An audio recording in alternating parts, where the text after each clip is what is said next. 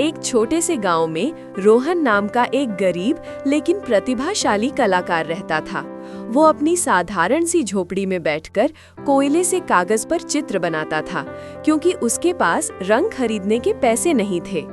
एक दिन जंगल में लकड़ियां इकट्ठा करते हुए उसकी नजर एक पुराने बरगद के पेड़ की जड़ों में फंसी एक अनोखी चमकती हुई पेंसिल पर पड़ी।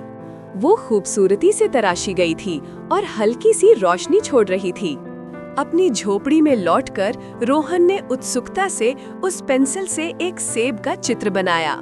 जैसे ही चित्र पूरा हुआ, एक छोटा सा असली सेब कागज से बाहर लुढ़क गया। रोहन हैरान रह गया।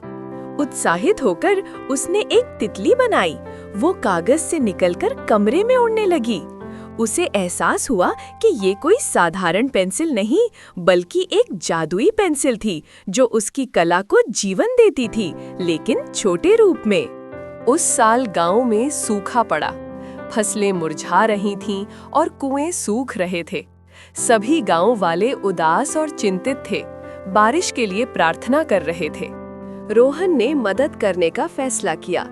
वो पूरी रात जागता रहा और जादुई पेंसिल से सैकड़ों छोटे-छोटे घने बादलों के चित्र बनाता रहा। हर बादल कागज पर जीवंत लग रहा था। अगली सुबह उसने अपनी झोपड़ी की खिड़की खोली और सभी कागज बाहर हवा में छोड़ दिए। छोटे-छोटे बादल कागज से निकलकर आसमान में एक साथ इकट्ठा होने लगे। आसमान में वे नन्हे बादल मिलकर एक बड़ा असली बादल बन गए। जल्द ही ठंडी ठंडी बूंदें गिरने लगी और गांव में आखिरकार बारिश हो गई। गांव वाले खुशी से नाचने लगे। उन्होंने इसे एक चमत्कार माना। रोहन दूर से अपनी खिड़की से ये सब देखकर मुस्कुराया। उसका राज सुरक्षित था।